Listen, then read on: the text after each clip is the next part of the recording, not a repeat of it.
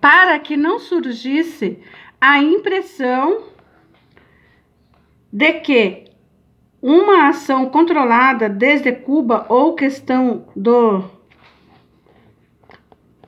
Para que não surgisse a impressão de que é uma ação controlada desde Cuba ou questão do PCB no Brasil, onde deve surgir a iniciativa direcionada para a convocação do Congresso. Vamos usar a LAR para a operação ativa, que irá se basear com seus contatos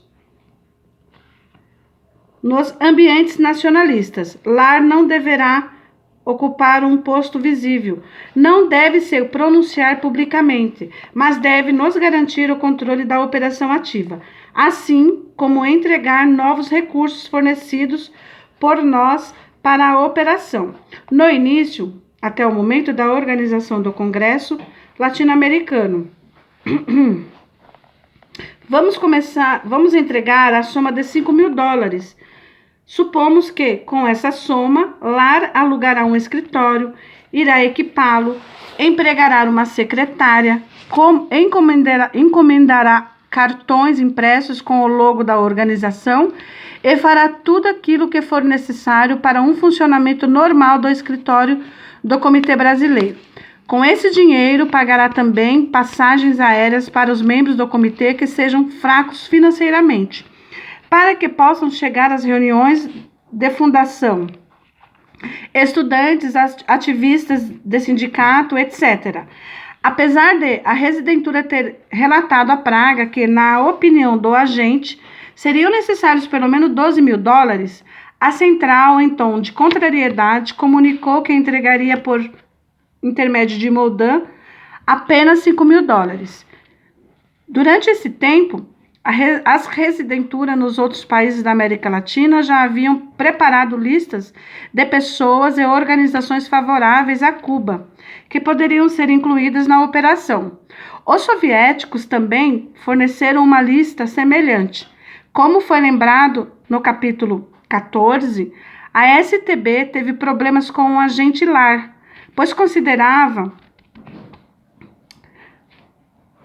pois recebera sinais do PCB de que ele colaborava com a inteligência militar brasileira, fato que o próprio agente confessou, afirmando que não traíra os tchecoslovacos. Apesar dessas objeções, após uma profunda análise de risco, ficou decidido que ele não seria afastado da operação e que o serviço de inteligência comunista o manteria no caso até o final. LAR teria de conseguir incluir o semanário na ação, o que, como sabemos, não o fez. E o residente teve de tomar conta da questão pessoalmente, até colocá-lo a serviço da STB. A FNC publicava seus manifestos nele e em outros jornais, o Diário de Notícias e o Última Hora. E a Residentura relatava tudo à central. Em 27 de outubro de 1962, assegurava lucidamente que os manifestos seguintes seriam complementados com os princípios de respeito à não intervenção. Isso significa que a Residentura tinha influência sobre o conteúdo desses manifestos. De 30 de outubro, procede um comunicado da Escorepa, garantindo que acertara com o Korn que, a partir do número 303, o Stroge se uniria ativamente à operação. Seria publicada uma coluna dedicada à América Latina. O jornal sairia 1 ou 2 vezes por semana, de acordo com as necessidades, e faria de tudo para propagar a FNAC. De outubro para novembro, estava clara a satisfação de Praga e a operação estava correndo bem. A partir de então, a Residentura deveria se concentrar na etapa seguinte, o Congresso, durante o qual seria nomeada uma nova organização concentrando todas as forças pró-cubanas sob o nome de Liga de Defesa a Cuba. A Residentura engajou mais agentes, entre eles Keller, e parece que, àquela altura, foi possível conciliar o grupo de Gonzaga com a FANC. De acordo com o plano original, o Congresso Nacional, organizado pela FNAC, deveria ocorrer em dezembro, mas isso foi impossível por alguns motivos. Somente em 17 de outubro, o residente revelará à LAR o projeto da operação, que no relatório caracterizou com as seguintes palavras, abre aspas, a ideia central de toda a ação é a mobilização da opinião pública em prol da defesa de Cuba e, na sequência, ampliar em movimento em todo o continente. Primeiro, é preciso nomear o Comitê Nacional Brasileiro, que se dirigirá aos países restantes da América Latina, para os ativistas e organizações nacionalistas, para que lá sejam criadas organizações semelhantes e depois convocar um congresso no qual surgirá a Liga ou um movimento em prol da defesa de Cuba. Fecha aspas. Também vale a pena observar que o espião, ao esclarecer a questão ao agente, conscientizou-lhe também do motivo de a operação ser organizada no Brasil. O Brasil é o país com mais prestígio, que tem a possibilidade de conduzir o movimento e dar-lhe prestígio em todo o continente. O residente também dedicou bastante atenção à questão, essencial para definir as diretrizes da operação. Entre elas, não convocar comunistas ou pessoas relacionadas aos cubanos ou a outras organizações pró-cubanas. Abre aspas. Queremos um movimento que deve atrair largas camadas sociais, independente da sua orientação política, etc. Logicamente, não o proibimos aos comunistas e pessoas de orientação pró-cubana de entrarem no movimento, mas trata-se de que, nas posições de diretoria, encontrem-se pessoas descomprometidas. No futuro, é claro, haverá uma aproximação, mas por enquanto é necessário manter este fator de descompromisso. É necessário que o movimento mantenha-se na linha estipulada por nós. Fecha aspas. Descompromisso, neste caso, significa não ter nada em comum com o PCB ou com Cuba. É possível, então, afirmar audaciosamente que o Serviço de Inteligência Tchecoslovaco estava construindo um movimento social que deveria causar a impressão de independência, fingir não ter nada em comum com qualquer coisa suspeita aos brasileiros habituados à democracia. Porém, no futuro, até era possível supor que, de um jeito ou de outro, o movimento seria dominado pelos comunistas. Afinal das contas, o próprio nome da operação continha em si o postulado de colaboração entre os soviéticos, cubanos e diferentes forças progressistas. Mas nesta etapa ainda era preciso manter uma impressão de independência. Nesse sentido, a operação, a parte tcheca, teve muito êxito. Foi executada com as mãos de brasileiros não comunistas, nacionalistas com convicções democráticas. Os verdadeiros dirigentes do empreendimento permaneceram ocultos, apesar de um acontecimento em 27 de novembro no Peru, que ao que parecia seria catastrófico para o serviço de inteligência. Mas, antes desse acontecimento, a residentura no Rio tinha outras preocupações. Fora possível vencer os obstáculos formais, mas LAR não conseguiu resolver a legalização para receber os recursos das Tchecoslovacas. Essa questão era extremamente delicada, pois, segundo o que se sabia sobre LAR, ele era um perdedor que mal conseguia sobreviver. E o fato de começar, de repente, a lidar com somas grandes pode ter criado suspeitas. Devido a esse problema, a residentura anotou as especulações dos nacionalistas de que Jango pudesse estar por trás da FNAC. O boato poderia alarmar o governo e chamar a sua atenção para a organização, o que poderia, por sua vez, ocasionar a desconspiração de LAR. Ao mesmo tempo, verdadeiros problemas começaram a atingir o grupo concentrado em volta de Gonzaga, o segundo grupo claramente pró-cubano com a qual a FNAC tentou dialogar e unir forças. Os problemas foram resultado da catástrofe do avião, o voo da Varig 810 no Peru, em que morreram 97 pessoas, entre elas emissários cubanos. Em suas bagagens foram encontrados documentos apontando as ligas camponesas e o Instituto de Colaboração Cultural Brasil-Cuba, como organizações que tinham relações suspeitas com Cuba. No documento publicado pela imprensa brasileira da época, falou-se sobre a ajuda dos cubanos no treinamento de grupos guerrilheiros e outras atividades de subversão em território brasileiro. Revelavam também o engajamento de Havana na organização do Congresso Pró-Cubano, por intermédio de Gonzaga. Estas denúncias foram minimizadas por Hermes Lima, ministro das Relações Exteriores de então, mas a imprensa, que teve acesso ao conteúdo dos documentos entregues pelas autoridades peruanas aos brasileiros, tocava o alarme. Entre os passageiros do avião estavam também delegados cubanos que voltavam de uma convenção da FAO no Rio de Janeiro. Os documentos de suas bagagens foram publicados e provavam claramente que Cuba participava do treinamento de grupos armados das ligas camponesas no interior. As autoridades brasileiras não reagiram. Praga tinha receios justificáveis com relação a essa situação.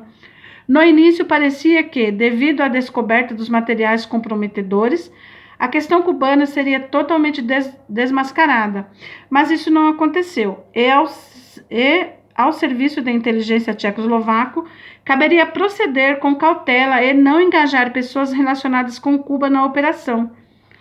A revelação dos materiais cubanos adiou o objetivo mais importante da operação, que era a organização de 2 congressos de apoio a Cuba, um nacional e um continental. Enquanto a atenção da polícia se concentrava no grupo de Gonzaga, a linha tcheca, ou seja, a FNAC continuou fazendo o que deveria. Fez o seu registro de acordo com a lei e tornou-se parceria do grupo de Gonzaga, pois este não estava apenas relacionado com os documentos encontrados nos destroços do avião, mas também não era legalizado.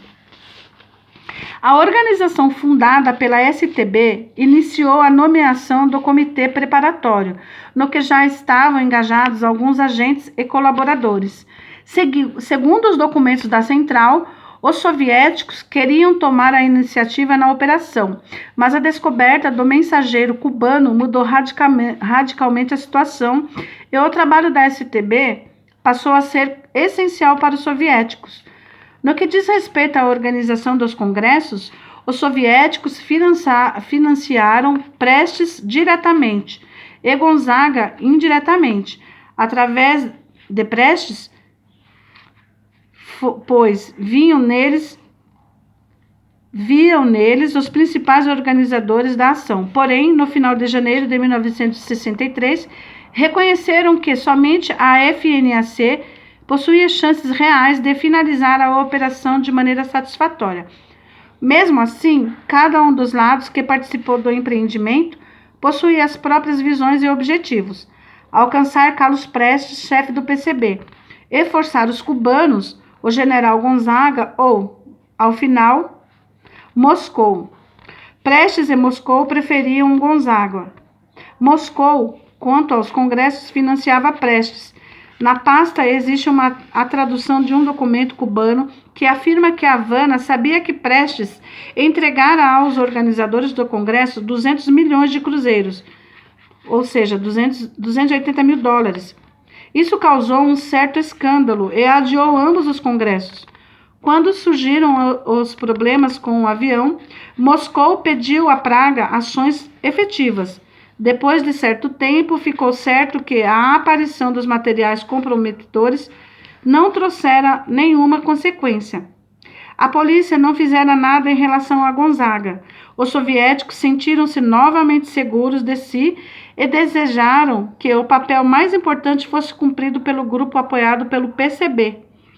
Os tchecos, por sua vez, esforçaram-se para ter informações atualizadas também desse segundo grupo e exercer influência sobre ele. E para isso convocaram o seu agente macho. Na própria FNAC aconteciam brigas. Segundo relatos do agente Lar, na sede da organização houvera uma forte troca de opiniões entre o coronel Bastos e o jornalista Cão a respeito da Petrobras.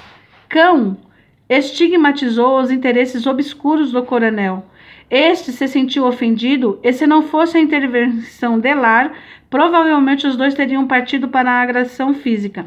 Nesta época, os tchecos já haviam organizado por seu agente, detalhes técnicos concretos, entregaram uma lista de endereços para os quais deveriam ser enviados convites com personalidades ativistas progressistas do mundo inteiro, desde Japão, Indonésia, Argélia, países do bloco comunistas e países da América Latina. Também continuaram entregando à FNAC grandes somas, pois era necessário pagar as contas dos móveis, edição de boletins, panfletos, salário para os funcionários da frente e etc. Em 12 de março, pouco antes da data planejada para o Congresso, chegou mais uma má notícia. Abre aspas, governo brasileiro inesperadamente recusou o apoio para a preparação da Conferência de Solidariedade a Cuba no Rio de Janeiro, fecha aspas.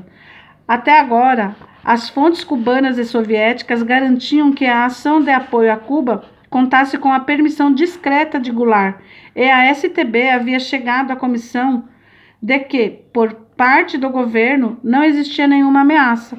Essa mudança no comportamento de Jango foi explicado pela presença da missão Dantas, em Washington, que buscava um empréstimo por lá e pode ter cedido à pressão por parte dos Estados Unidos para mudar a opinião do presidente brasileiro.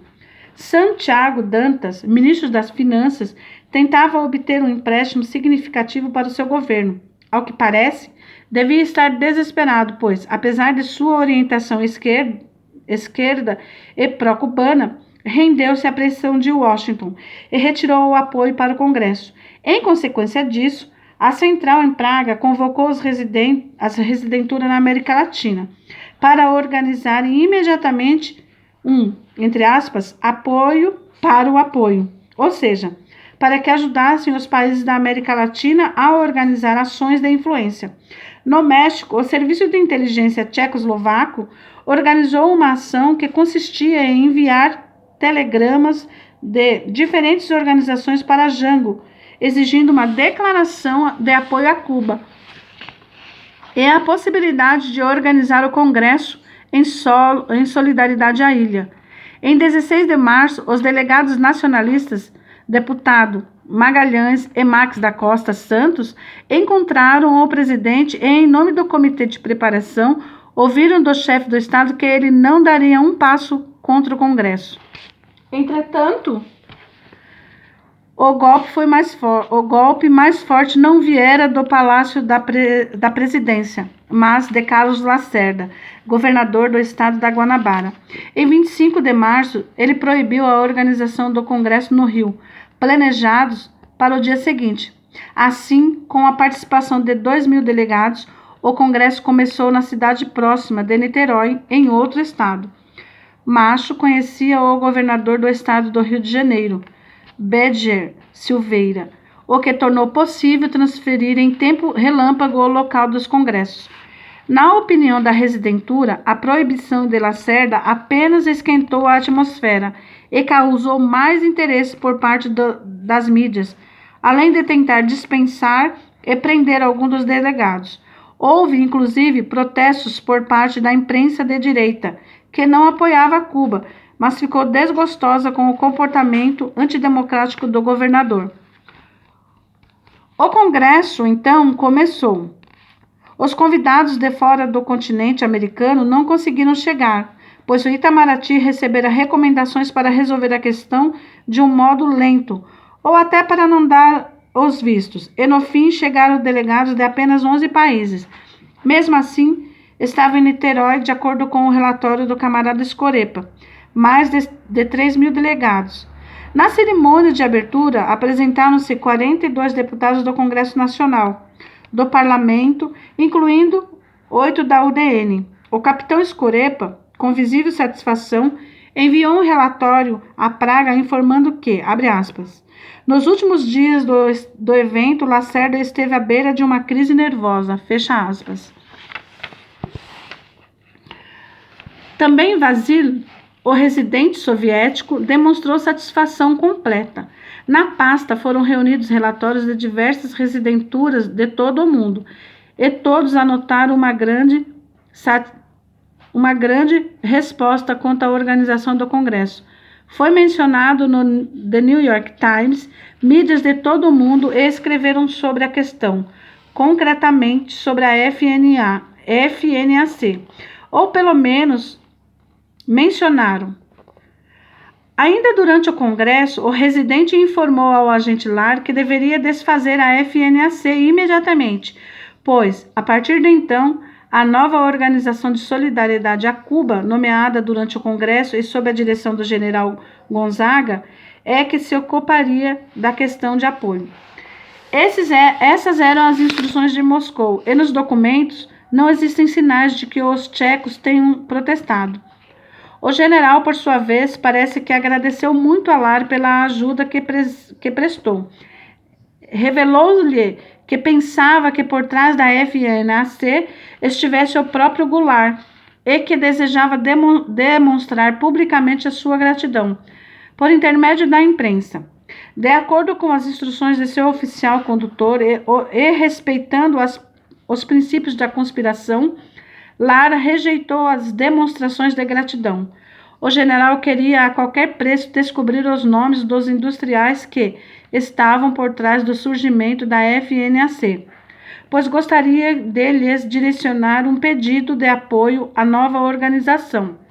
Lar lhe esclareceu que os patrocinadores não desejavam ser revelados e que lhes deram a palavra de honra de oficial aqui. Novamente, agiu como um espião de primeira. Em 18 de abril, o camarada Moldan escreveu em seu relatório do Rio sobre o acerto de contas com Lar, para o qual entregar ainda somas relacionadas ao financiamento do Congresso e da organização da FNAC, finalizando assim a questão da operação ativa Druzhba.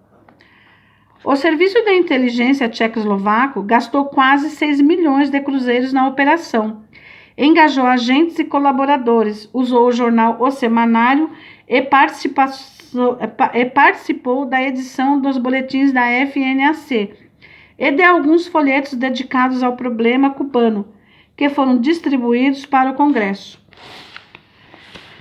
Em um resumo sobre a operação, escrito para o ministro do Interior pelo chefe do primeiro departamento, Coronel Rouska, podemos ler, abre aspas, o objetivo da operação ativa Druzhba foi criar um movimento permanente e organizado em prol da defesa da Revolução Cubana na América Latina.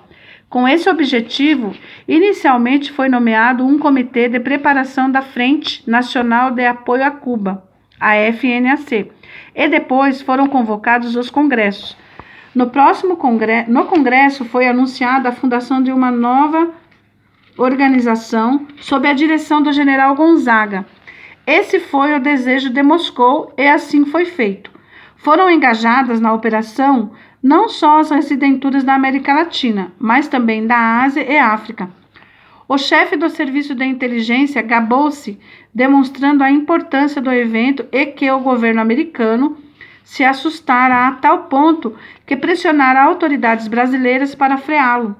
Rouska relatou ao ministro que, para a operação, da qual também participaram soviéticos e cubanos, a residentura engajou os agentes Lar, Corno e depois Macho. Abre aspas. Sem esse trio, a operação Druzhba não alcançaria esse sucesso. Fecha aspas. Escreve o coronel. Recapitulou também o total de gastos na operação. Alcançaram os $6 mil. De acordo com o resumo, o apoio financeiro soviético constituiu em entregar grandes somas ao PCB, que, por sua vez, financiou a Associação dos Amigos de Cuba, Grupo de Gonzaga. Quanto à garantia de financiamento da campanha preparatória, a FNAC estava nas costas da STB. O coronel avalia como apropriada a quantia de $6.000, relembrando que, abre aspas, os amigos soviéticos forneceram uma ajuda financeira no valor de $280.000, de acordo com o documento que nos foi entregue pelo Serviço Secreto Cubano, fecha aspas. Os destinos seguintes da operação já estavam sob o total controle dos soviéticos e cubanos. O trabalho na ação dera à STB novas e valiosas experiências, que serviriam para, entre aspas, executação das operações de políticas de influência seguintes. Rosca também expôs as deficiências, pois houve dificuldades devido a uma coordenação imperfeita e à falta de uma direção única de toda a operação. Essas dificuldades surgiram principalmente porque participaram das questões até os serviços de espionagem comunistas e, no mínimo, 3 organizações. O Partido Comunista Brasileiro, com o qual a STB conversou por intermédio do residente soviético Vasil, a Organização de Gonzaga e a FNAC, controlada pelos tchecos. As decisões eram tomadas em Moscou, Praga, Havana, no Comitê Central do PCB e em 2 organizações pró-cubanas, uma controlada pela STB, a outra pela KGB. Prestes, chefe do ilegal PCB, inicialmente tinha objeções contra Gonzaga e Bastos. Somente a autoridade de Moscou o convenceu da necessidade de colaboração com eles. Surgiram também dificuldades objetivas. O acidente com o avião e a objeção de Carlos Lacerda. As dificuldades foram vencidas graças ao trabalho da residentura tchecoslovaca. Não descreveremos os temas promovidos nos congressos, inspirados pelos serviços secretos comunistas. Durante o nosso relato sobre a operação, tratamos de apontar os elementos de organização, métodos de trabalho do serviço de espionagem e demonstrar que a política de influência aplicada pelas organizações possui a sua imagem concreta. Pessoas reais por trás disso, somas concretas de dinheiro utilizado, ordens concretas sobre o que deveria ser feito. Se acreditarmos nas informações, Moscou gastou com o Congresso quantias altíssimas. A quantidade de delegados nos congressos e a lista de nomes de políticos e ativistas de diferentes opções que participaram do empreendimento demonstram que o objetivo determinado durante o planejamento da operação fora alcançado. Podemos citar os nomes de alguns dos delegados que discursaram no Congresso. General Luiz Gonzaga de Oliveira Leite, presidente do Congresso, Ramon Danzos, representante do México, deputado Marx da Costa Santos, secretário-geral da Central Campesina Independente, Francisco Julião, presidente das Ligas Camponesas, Margarida Ponce, argentina, representante da Federação Internacional Democrática das Mulheres, Frederico Klein, membro do Comitê Central do Partido Socialista do Chile, sacerdote Alípio de Freitas, Dr. Luiz de la Fuente Uceda, secretário-geral do Movimento da Esquerda Revolucionária do Peru, Manuel Cepeda, chefe do Movimento Juvenil da Colômbia, Catulo Basílio, argentino, general Saturnino Alvim, Guilherme Martinez, Estados Unidos, Luiz Carlos Prestes, secretário-geral do PCB, e deputado Sérgio Magalhães, presidente da Frente Nacionalista Parlamentar e muitos outros. Ok, pessoal, eu finalizo aqui o capítulo 16 de 1964, O Elo Perdido.